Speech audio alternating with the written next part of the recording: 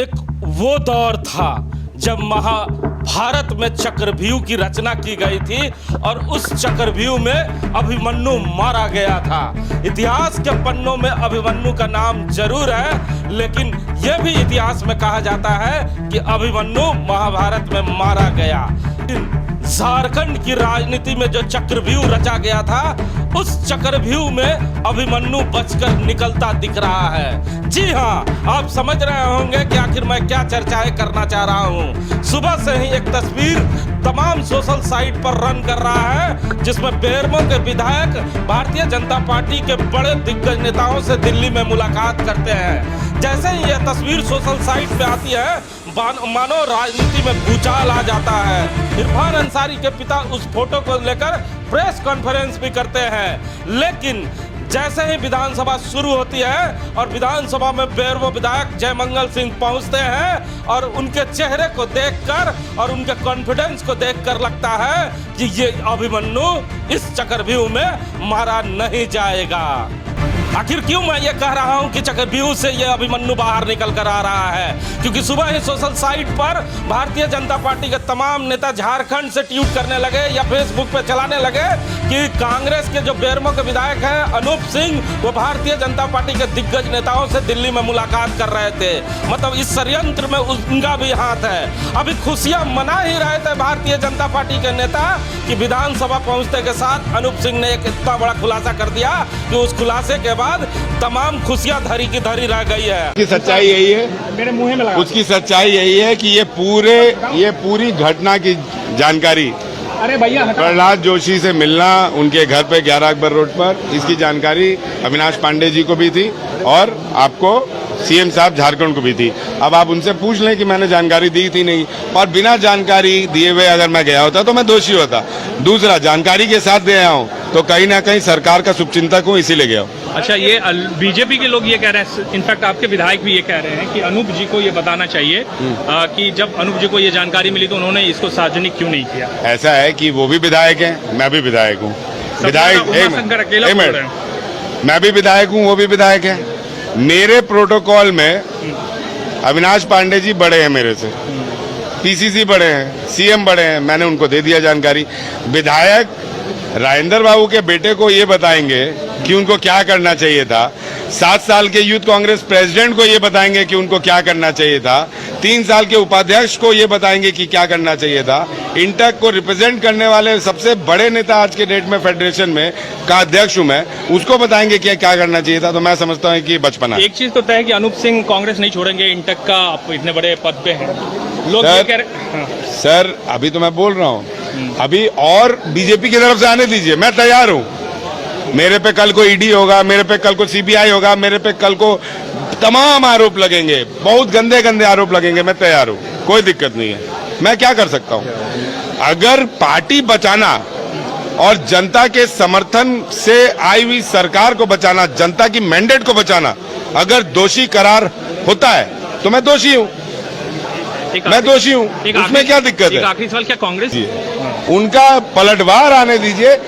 हर episode का एक अपना थ्रिलिंग पॉइंट होता है, उनका पलटवार आने दीजिए, मैं क्लाइमैक्स आपको देते जाऊंगा। शर्मा जी, भारतीय जनता पार्टी के नहले पे अनूप सिंह का ये दाहला क्या झारखंड की राजनीति में कोई नया गोल खिलाएगा?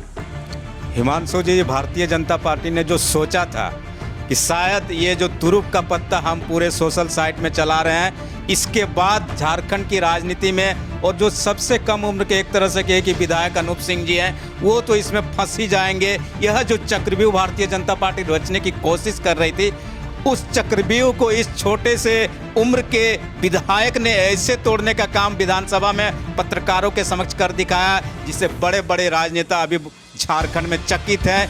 और ये जो चकनाचूर करने का काम उन्होंने भारतीय जनता पार्टी के सपनों को किया है। कुमार जयमंगल सिंह अनूप सिंह ने, इससे कहा जाता है कि राजनीति कहा जाता है जो खून में होती है, और वो राजनीति को उन्होंने पूरे परिपक्वता के साथ झारखंड में दिखाने की कोशिश की है। और अब सच सबके सामने आ रहा है कि सचमुच में रांची में क्या हो रहा है और दिल्ली में क्या हुआ था। शर्मा जी, अनूप सिंह ने पत्रकारों को एक बात बताकर चौंका कर रख दिया, क्योंकि ये बहुत बड़ा खुलासा है झारखंड में। उन्होंने साफ तौर पे कहा कि दिल्ली में जब भारतीय जनता पार्टी के बड़े नेताओं को से मिलने में जब गया था, तो झारखंड के जो सीएम है, हमारे जो प्रभारी हैं, उनको ये सूचनाएं थी। इसका क्या मतलब है? हिमांशु जी, उन्होंने साफ कर दिया है कि झारखंड की राजनीति में ये जो केस कांड चल रहा है, ये लंबे समय से ये खेल चल रहा था, और इस खेल में पूरे कॉन्फिडेंस के साथ एक तरह से करिए कि गुप्तचर के तौर पर इन्होंने काम किया, और ये साफ साफ बताने की भी कोशिश कर रहे हैं पूरे कॉन्फिडेंस के साथ कुमार जयमंगल सिंह की, मैंने अपने जो प्रदेश प्रभारी है अविनाश पांडे जी को बताकर, झारखंड के मुख्यमंत्री को बताकर मैं वहाँ गया था, और वहाँ भारतीय जनता पार्टी के बड़े नेता प्रहलाद जोशी से मिला, और प्रहलाद जोशी से खुद किसने मिलाया? असम के मुख्यमंत्री हेमंत बिस्वा शर्मा ने। ये बहुत बड़ा खुलासा है कि मैं खुद बता कर गया हिमांशु जी, और ये साफ कर दिया कि ये जो लगातार आपका भारतीय जनता पार्टी जयमंगल सिंह को घेरने की कोशिश कर रही थी, जयमंगल सिंह ने खुद उसे कहा जाता है कि सर्प पास में घेर लिया है भारतीय जनता पार्टी को। अच्छा, विधायक ने दो और बड़ी बातें कही। कहा कि हम पे ईडी का जांच हो सकता है या कोई अलग जांच हम पे बैठाया जा सकता है, और एक बात कहा कि अगर मुझे दोषी माना जाता है तो मैं दोषी हूं, अगर मैं अपनी पार्टी को बचाने के लिए इस तरह का काम कर रहा हूं। मतलब उन्होंने साफ तौर पे कहा कि ये जो कांड चल रहा था, इसमें उन्होंने अंदर जाकर कोशिश की उन्होंने। हिमांशु जी, कहा जाता है कि ये इस तरह का जब भी राजनीतिक खेल होता है, इसको हम लोग कहते हैं साम दाम दंड भेद, और इस भेद को तोड़ने के लिए इसीलिए हम लोग इस पूरे प्रोग्राम में चक्रव्यूह शब्द का प्रयोग कर रहे हैं। इस पूरे चक्रव्यूह को तोड़ने के लिए ये अभिमन्यु बने, और कहा जाता है कि इस अभिमन्यु बनने के बाद कहा जाता है, बेहद ही कहा जाता है, इसको अपने स्तर से उन्होंने गंभीरता से लिया, और खुद मुख्यमंत्री जी को इससे सलाह ली, जो उनके प्रभारी है प्रदेश के, उससे सलाह ली। उसके बाद कहा जाता है कि खुद एक तरह से बलि का बकरा बनकर गए, यानी पूरे एक तरह से शंकर भगवान बनकर झारखंड के विष को विषपान करने के लिए कुमार जयमंगल सिंह दिल्ली जाते हैं और बड़े नेताओं से मिलते हैं। उसका उन्होंने पूरा इससे पहले एफआईआर में भी बताया है। क्या लगता है, सुबह से ही खबरें चल रही है कि कांग्रेस इस बार चारों मंत्रियों का कोटे के जो मंत्री है वो बदल सकता है, तो झारखंड में अनूप सिंह ने जो काम किया है, नया तमगा मिल सकता है या कोई प्रमोशन मिल सकती है? ये काम जो है सिर्फ सरकार के लिए इन्होंने नहीं किया हिमांशु जी, या पार्टी के लिए नहीं किया, ये झारखंड के स्तर पर ही आप देखिए कि झारखंड को जो बदनाम करने की बड़ी साजिश रची जा रही थी, उस साजिश को बेनकाब करने का काम कुमार जयमंगल सिंह ने किया है, कम उम्र होने के बावजूद भी।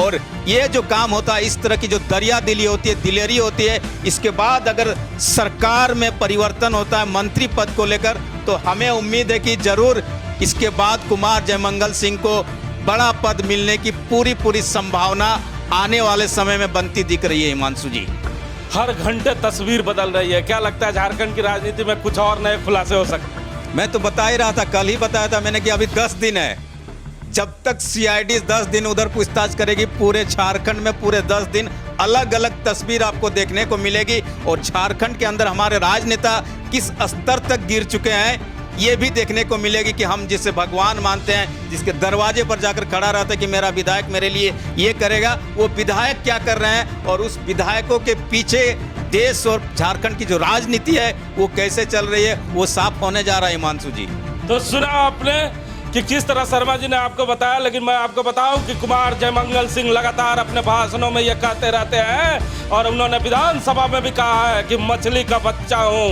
तैरना मुझे कोई सिखा नहीं सकता। अब आने वाला समय बचाएगा कि ये मछली का बच्चा कहीं जाकर आगे जाल में तो नहीं फंस जाएगा। अब जाल में फंसेगा कि बाहर निकल कर आएगा, ये आने वाला समय ही बता पाएगा। कैमरामैन देवेंद्र के साथ जीपी हिमांशु, स्टूडियो।